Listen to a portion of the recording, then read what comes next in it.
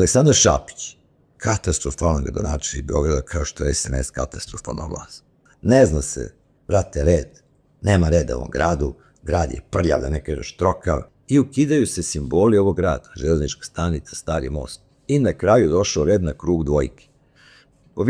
Koga oivičava ona kultna tramvajska linija broj 2, znači, to svi znamo. Ja nikad nisam živeo u krugu dvojke, pa nisam na taj način vezan za njega. Kao ni 95% Beograđana. Ali za sve nas u Beogradu, krug dvojke je nešto što simbolizuje Beograd. A taj krug dvojke, tu dvojku Šapić hoće da ukine, jer planira da Pariska ulica bude bez saobraćaja. Tu ideju je Šapić čuo u vreme kad sam ja bio gradonačelnik, a on bio pomoćnik. Ali očigledno nije shvatio do kraja ili je nije najbolje zapamtio. Naime, kad sam bio gradonačelnik, želeo sam da spojim Kalemegdan sa rekom i da tako napravimo ogromnu pešačku zonu. Knez Mihajlova, Kalemegdan, šetalište pored Save, pa vikendima i Kralja Milana, pa velika fontana na Slavi, kao ono u Barceloni, a ovaj na kraju napraviš ovu Grand fontanu, nema veze, šta da radi. Sada je, da se vratim na Kalemegdan i reke, sada je zbog visinske razlike malo oni koji se, recimo, šetaju pored reke, pa popnu se na Kališ i obrnut. I mi smo hteli da Beton halu spojimo sa Kalemegdanom, da oni mogu da se popnu gore, pokretnim radnim stepenicama i tako dalje. Raspisali smo međunarodni konkurs, komisiji su bili bivše gradske arhitekte Barcelone, Beča, Bazela, domaći stručnjaci, direktorka Zavoda zaštitu spomenika Beograda i tako dalje.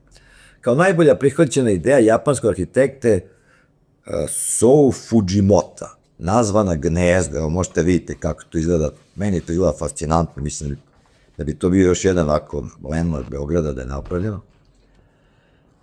Ovo izuzetno atraktivno rešenje podrazumevalo je da se njegovom realizacijom spoje reka i Kalemegdan, ali dobije prostor u kojem bi bili gradski muzej, još jedno pozorište, kao i prostor za komercijalni sadržaj, mora se nekako isplati sve to. Isto je bila napravljena garaža za veliki broj automobila, a u Pariskoj ulici bi od Gračaničke, tamo francuska ambasada, pa nadalje bi ukinut saobraćaj, koji bi bio izmešten u jedan tunel, koji bi jednostavno se realizovao jer ne bi morao se ukopava, znate.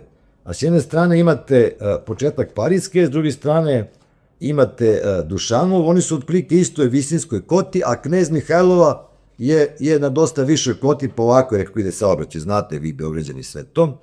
I onda samo se ukopa pravo, znači dosta jednostavno s tim, i onda bi tu gore dobili jedan ogroman prostor da još jedan trg, fontanu, u Beogradu nema dovoljno trgova, ali bi tramvajski saobraćaj bio zadržan kakav je sada, on bi prolazio i dalje tu. I to nije ništa nepoznato u svetu, ništa novo. Recimo u Nici, na glavnom trgu koji je ogroman, on je pešački, znači nema saobraćaja, ali prolazi tramvaj preko njega, s tim što nema one mreže gore, nego tramvaji pređu bez napajanja bar 500 metara, kako recimo mogu i ovi trolebusi beogradski koje smo kupili od Belorusa još pre, boga mi sad već, ne znam, 15-16 godina.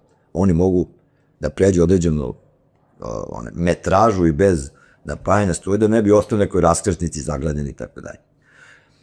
Ništa to ne bi smetalo za tu pešačku zonu, jer tramvaj, nisu to automobili, pa svaki 5-10 sekundi prođe neki. Tramvaj prođe 1 na 5 minuta, mislim, ljudi stanu dok on prođe i to je to. Realno ne bi to ništa remetilo i dobili bi tu ogromnu pešačku zonu. Sad ova gradska vlast je odustala od tog projekta, kao što je odustala od mnogih drugih, poput, recimo, što meni najžalije, Centra za decu sa autizmom u Denkovoj bašti, ili metroa od pravog, koji bi da je sve nastavljeno po projektima koje smo mi radili i već prišli početku gradnje, bio završen 2024. Danas bi Beograd imao dve velike metro linije koje bi se ukrštale negde tamo na nivou Trg Republike, Pravni fakultet i tako dalje. Sad od toga nema ništa. I sada Šapić uzima deo projekta koji smo spremali uz genijalni dodatak ukidanje tramvaja dvojke. I šta će čovjek da kaže? Ništa.